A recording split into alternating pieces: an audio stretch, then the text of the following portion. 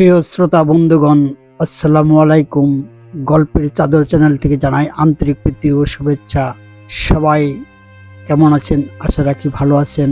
আজকের অডিও গল্প ধুলোবালির ঘর। আজকের গল্প ধুলোবালির ঘর সবাইকে শোনার জন্য আমন্ত্রণ জানাচ্ছি। তাহলে শুনুন ধুলোবালির ঘর। প্রিয় দর্শক, যারা এই গল্পটি শুনছেন, প্লিজ চ্যানেলটি সাবস্ক্রাইব করবেন এবং লাইক দিয়ে উৎসাহ করে নতুন নতুন ভিডিও তৈরি করা উৎসাহ করবেন। তাহলে শুনুন আজকের গল্প ধুলোবালির ঘর।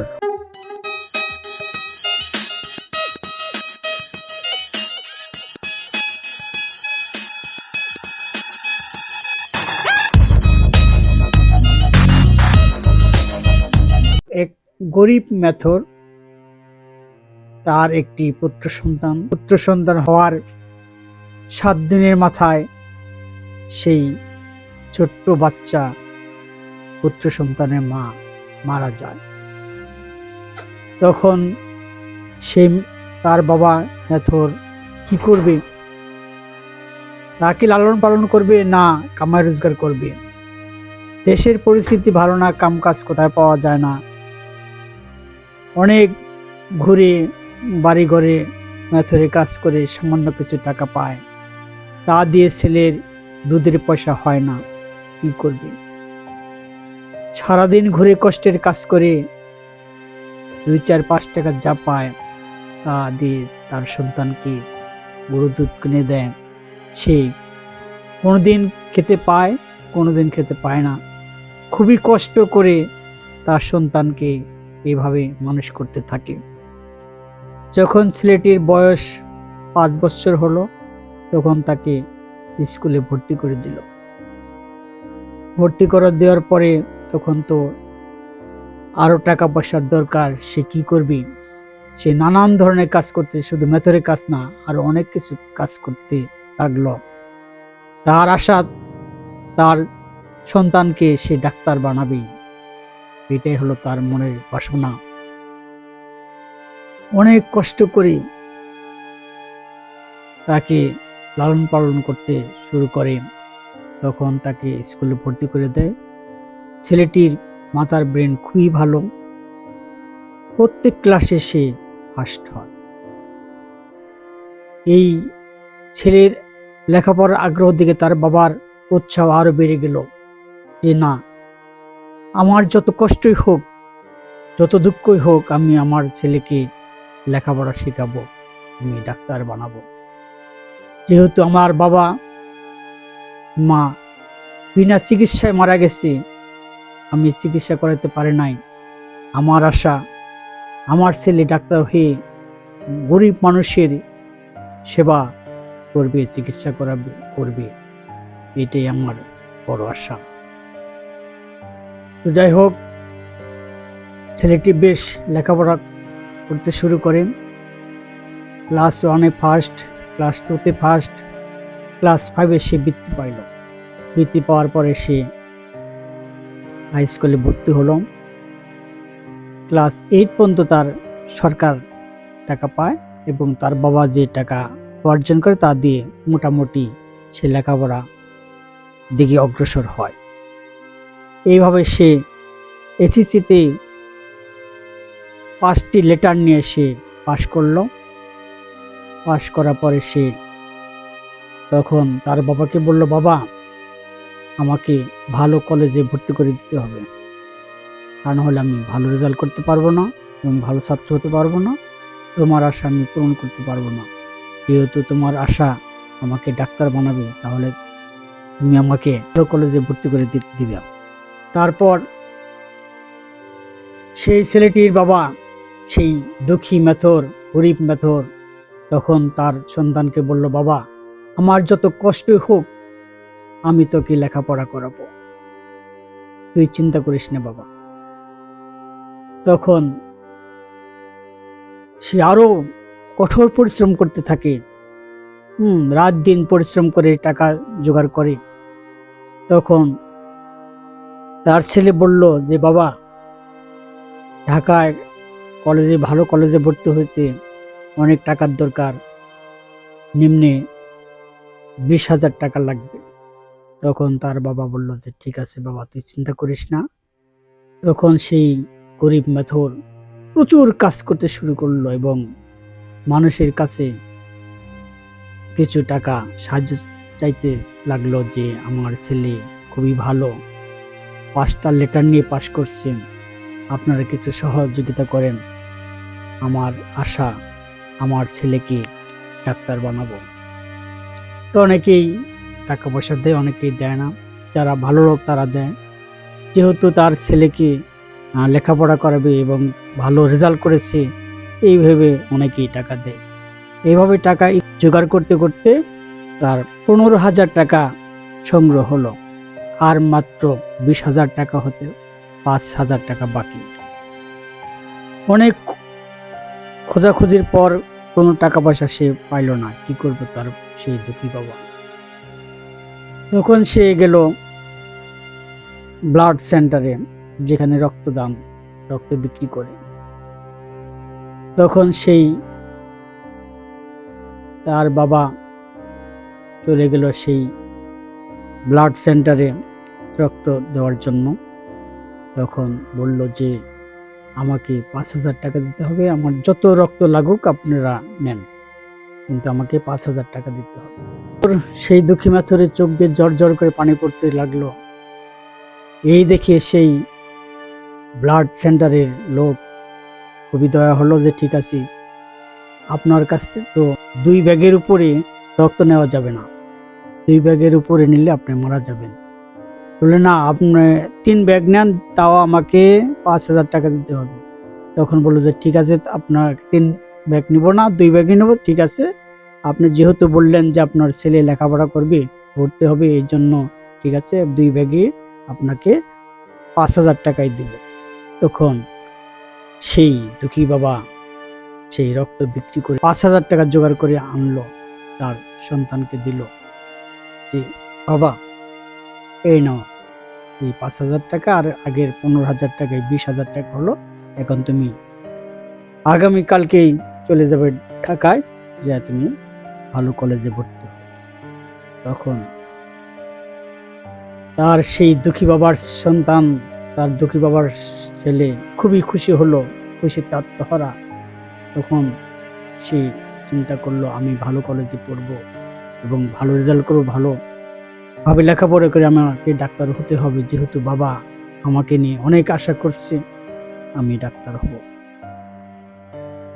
তখন সেই ছেলেটি চলে গেল ঢাকায়। ঢাকায় যাওয়ার পরে ভালো একটি কলেজে ভর্তি হলো, লেখাপড়া শুরু করলো। এইভাবে সে ইন্টারমিডিয়েট ফার্স্ট ক্লাস হয়ে পাশ করলো। পাশ করার পরে তখন ওর বাবাকে বলল যে বাবা আমি ফার্স্ট ক্লাস ফার্স্ট হয়েছি।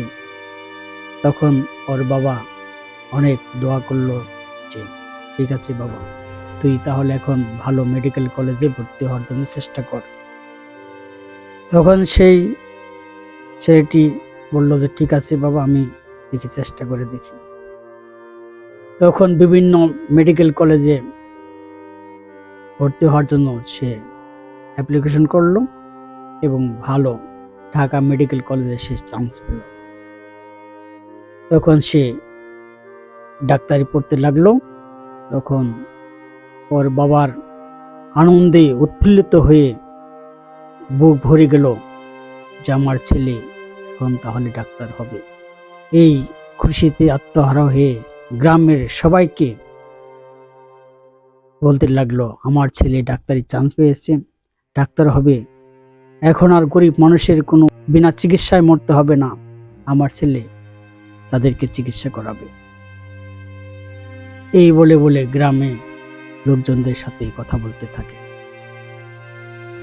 এইভাবে তার ছেলে আস্তে আস্তে লেখাপড়া প্রায় শেষের দিকে। তখন সেই মেডিকেল কলেজেরই একটি ছাত্রী, খুব বড় লোক, তার সাথে সম্পর্ক হয় এবং তাকে বিয়ে করে। বিয়ে হয় তখন ছেলেটি গোপন করে তার বাবা যে একজন মেথর, সেই পরিচয়টা সেই মেয়েকে দেয় না। তার বাবাকে না জানিয়ে সেই মেয়েটিকে বিয়ে করে। বিয়ে করার পর সেই ছেলেটি ডাক্তারে হলো। হওয়ার পর বাবার কাছে বা বাড়িতে আসে না, কোনো খোঁজ খবর তেমন নেয় না। তখন কি করবে? বাবা একদিন আসলো ঢাকায়। ঢাকায় মেডিকেল কলেজে আসার পরে তখন কলেজে যে প্রিন্সিপাল ছিল তার কাছে জিজ্ঞাসা করলো যে আমার ছেলে অমুক নাম, সে কোথায়? তখন সে বলল, সেই প্রিন্সিপাল বলল যে ও, সে তো ডাক্তারি পাশ করে তো বের হয়ে গেছে, সে এখন মনে হয় ডাক্তারি কোনো হয়তো চাকরি পাইছে, আমরা জানি না, যোগাযোগ নাই তার সাথে। তখন তার বাবা বলল, কি ডাক্তারি পাশ করছে আমি কিছুই জানি না, আমার সাথে কোনো যোগাযোগ করে না, এটা কি? এত কষ্ট করে, এত পরিশ্রম করে, এত কষ্ট করে টাকা জোগাড় করে আমার ছেলেকে আমি লেখাপড়া করালাম, আর সে ডাক্তার হয়ে গেল, আমাকে জানালো না। সে মনের দুঃখে কাঁদতে লাগলো এবং তার সেই ঢাকার শহরে তার ছেলেকে খুঁজতে লাগলো। এত বড় শহর, সে কোথায় খুঁজবে? অনেক মানুষের ভিড়, এই ভিড়ের মাঝে তার ছেলেকে কোথায় পাবে? তখন সে সারাদিন ঘুরে সন্ধ্যা হয়ে গেল, তখন একটি গাছের নিচে বসলো। বসার পরে বসে আছে, এর মধ্যে তারই ছেলে তার ওয়াইফকে নিয়ে এক প্রাইভেট কার থেকে নামলো। সেই গাছটা ছিল পার্কে সাইটে। সে তার ছেলের বউ এবং তার ছেলে গাড়িতে নেমে এসে সেই পার্কে ঢুকতেছে। তখন তার বাবা দেখে যে তারই ছেলে গাড়িতে নামলো। তখন ডাক দিল, বাবা এদিকে, আমি তোকে অনেক খোঁজাখুঁজি করছি। তখন কথা শুনে তার ছেলেটি তাকায়। তখন তার ওয়াইফ বলল যে, কে তোমাকে বাবা বলে? তখন বলল, ওটা আমাদের গ্রামের এক কাজের লোক, আমাকে চিনে তো, তাই। যাও কথা বলো। না, কথা বলবো না। তখন তার স্ত্রীকে নিয়ে অন্যদিকে যায়। তারপরেও তার বাবা ডাকি, বাবা তুই শুনোস না কেন, আয়, তার আমার কাছে আয়। কিন্তু কথা শোনে না, চলে গেল। তখন তার বাবা মনে করলো হয়তো এটা ওর আমার ছেলের বউ হবে, আমাকে আমাকে গরিব মনে করে হয়তো পরিচয় দিবে না, এই বলে তাকে নিয়ে যাচ্ছে। তখন ভারাক্রান্ত মনে সেই ডাক্তারের বাবা চলে আসলো বাড়িতে। তখন সেই ছেলেটি হাজার হলে তার বাবা তার পরিচয় দিল না তার স্ত্রীকে। তখন বলল যে, তার স্ত্রীকে বলল, চলো আমি আর পার্কে বেড়াবো না, আমার শরীরটা খারাপ লাগছে, চলো আমরা বাসায় যাই। তখন তার স্ত্রী বলল যে, কেন, এই মাত্র তো আসলাম বেড়াতে। না, আমার খুব খারাপ লাগছে, চলো যাই। তখন সেই দুঃখী বাবার ছেলে তার বউকে নিয়ে চলে গেল। তারপর সেই দুঃখী মেথরটি চলে আসলো বাড়িতে। হায় রে কপাল, এ কি হলো? নিজের ছেলে নিজের বাবাকে পরিচয় দিল না, কাছে আসলো না। এই চিন্তা করতে করতে সে বাবা অসুস্থ হয়ে গেল। একদিন, 2 দিন, 1 মাস, 2 মাস, এভাবে 6 মাস হয়ে গেল। আস্তে আস্তে সেই অসুস্থ বিছনায় পড়ে গেল। তখন এদিকে সেই ছেলেটি চিন্তা করে, এখন কি করব, আমি বাবার পরিচয় দিব? যদি আমার বাবার পরিচয় দিই যে আমার বাবা একজন মেথর, তাহলে তো আমার স্ত্রী চলে যাবে। আর যদি পরিচয় না দেই তাহলে আমার বাবা মনে দুঃখ পাবো। এখন আমি কি করব? বাবা আমাকে অনেক কষ্ট করে লেখাপড়া শিখাইছে, তার মনের আশা ছিল আমাকে ডাক্তার বানাবে, আমি ডাক্তার হয়েছি। আমি কি করলাম? নিজের বাবাকে আমি পরিচয় দিলাম না। এই চিন্তা করতে করতে সেই ছেলেটি সব সময় মন খারাপ হয়ে থাকে। তখন এইভাবে বছর চলে গেল। তখন তার ঘরে সন্তান, একটি পুত্র সন্তান হলো। তখন ছোট। তো সেই মেথরের ছেলে ডাক্তারি করে আসে, এইভাবে তাদের দিন চলতেছে। এদিকে সেই দুঃখী মেথর অসুস্থ অবস্থায় কি করবি? সে আর কাজকর্ম করতে পারে না, মানুষের দ্বারে দ্বারে ভিক্ষা করে খায়।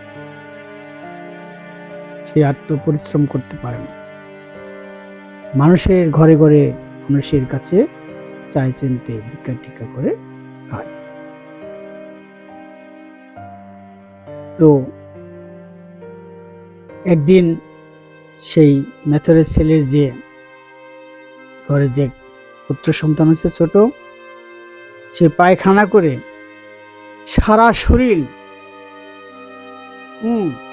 গো দিয়ে নেটা পেটা করে ফেলেছে। তখন এদিকে সেই সন্তানের মা, অর্থাৎ সেই মেথরের পুত্রবধূ, তখন তার ছেলেকে দেখ, তুই এগুলা কি করছস? তুই মেথরের ছেলে নাকি? সারা শরীরে গু দিয়ে ছেঁড়া পরে করে ফেলেছস? তুই কি মেথরের ছেলে? এই টাইমে সেই দুঃখী মেথরের ছেলে অফিস থেকে ফিরে আসে, সেই ডাক্তার চেম্বার থেকে ফিরে আসে, আইসা বলতেছে, আমাকে মেথরের ছেলে বলতেছে, জানলো কিভাবে? তখন তার স্ত্রীকে বলে, ওকে মেথরের ছেলে বললাম, কি ব্যাপার? হ্যাঁ, মেথরের ছেলের মতো যেমন গু ছানে, মেথরটা যেমন গু পরিষ্কার করে, ঠিক তোমার ছেলে তাই করতেছে। দেখো, গু দিয়ে সারা শরীর পাইখা পালাইছে, মেথরের মতোই করছে। তখন সেই দুঃখী মেথরের ছেলে বলল, তোমাকে একটা কথা বলি, তোমার কাছে একটা কথা গোপন করছিলাম। দেখো, তোমার মুখ দিয়ে যেহেতু বের হয়ে গেছে, আমি আসলে একজন মেথরের ছেলে। আমার বাবা একজন দুঃখী মেথর, এই মেথরে কাজ করত। এই মেথরে কাজ করে আমাকে, তার মনের আশা ছিল তার ছেলেকে সে ডাক্তার বানাবে। তার মা বাবা বিনা চিকিৎসায় মারা গেছে, এই জন্যে তার ছেলেকে ডাক্তার বানাবে, আমাকে ডাক্তার বানাইছে। ওই দিন যে পার্কে যে বসে আছে একটি বৃদ্ধ লোক, সে হলো আমার বাবা, সেই মেথরের ছেলে আমি। এই কথা শুনে বলল যে, ছি ছি ছি ছি, তুমি যে মেথরের ছেলে, আমি জানলে তো তোমার কাছে আমি বিয়ে বসতাম না। আমি আর তোমার সাথে নেই, এই তোমার ছেলে থাকলো, আমি চলে গেলাম। আমি মেথরের ঘরে থাকবো না, মেথরের সাথে আমি ঘর সংসার করব না। ছি ছি ছি, তুমি গোপন করছো কেন? তার স্ত্রী অনেক বকাঝকা করে, সে তাকে তালাক দিয়ে চলে গেল। তখন সেই দুঃখী মেথরের ছেলে কি করবি? তার ছেলেকে গোসল টোসল করে পরিষ্কার করে রাখলো, এবং এও ছোট্ট ছেলে মা হারা হয়ে গেল। তার মা তো তাকে ডিভোর্স দিয়ে চলে গেল। তখন সে মনে মনে চিন্তা করলো, আমি যে বাবার মনে দুঃখ দিয়ে বাবাকে না জানিয়ে বিয়ে করছি, এটা আমার বড় ভুল হয়ে গেছে। সেই ভুলের খেসারত আমাকে আজীবন দিতে হবে। না, আমি আর এই শহরে থাকবো না, আমি চলে যাব আমার সেই বাবার কাছে। আমি যে বাবার কাছে গিয়ে ক্ষমা চাবো, বাবা আমার ভুল হয়েছে, আমাকে তুমি ক্ষমা করে দাও।